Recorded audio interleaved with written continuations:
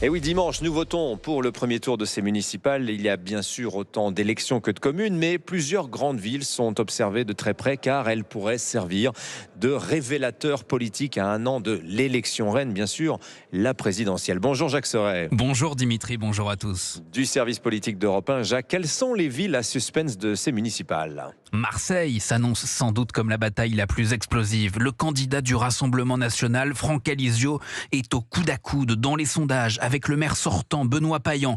Imaginez, si le RN remportait la deuxième ville de France, ce serait évidemment un séisme politique à un an de la présidentielle.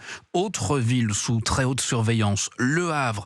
Le maire sortant, Édouard Philippe Jougreau, l'ancien Premier ministre veut conserver son fief qu'il dirige depuis 2010. Les sondages indiquent que c'est loin d'être gagné. Lui-même le sait, une défaite pourrait ruiner sa candidature à la présidentielle l'an prochain. Et puis il y a Paris, évidemment. Dans la capitale, c'est le choc des ambitions. Après plus de 20 ans de gestion socialiste, la droite espère reprendre la mairie avec Rachida Dati. Face à elle, Emmanuel Grégoire, l'ancien premier adjoint d'Anne Hidalgo, mais aussi Sarah Knafo et le candidat Horizon Pierre-Yves Bournazel. Résultat, une bataille très ouverte et un enjeu politique majeur, car reprendre Paris offrirait à la droite une vitrine politique exceptionnelle à un an de la présidentielle. Au fond, ces municipales vont déjà donner une indication précieuse, l'état réel du rapport de force politique dans le pays. Et Jacques, pour la droite, ces municipales vont aussi servir de test pour une question devenue centrale, celle de l'union des droites. À Nice, par exemple, l'affrontement entre Christian Estrosi et Éric Ciotti dépasse largement le cadre municipal. Derrière ce duel local se joue en réalité la bataille stratégique entre deux droites. Celle qui reste dans l'orbite du centre et du macronisme et celle qui assume un rapprochement avec le Rassemblement national.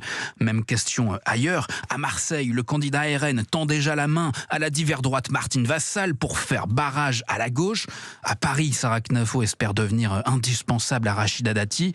Officiellement, chez les Républicains, il n'est toujours pas question de soutenir le RN face à la gauche, mais sur le terrain, ici et là, on observe déjà des convergences, parfois discrètes, parfois assumées. Et à gauche maintenant, ce sujet des alliances est tout aussi explosif pour les socialistes vis-à-vis de la France insoumise.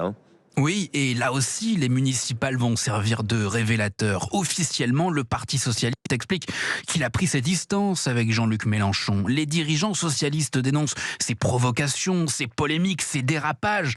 Mais sur le terrain, la réalité est beaucoup plus ambiguë, car dans de nombreuses villes, les voix de la France insoumise pourraient être décisives au second tour. C'est le cas à Toulouse, à Marseille, mais aussi dans plusieurs métropoles où la gauche ne peut gagner qu'avec ses reports.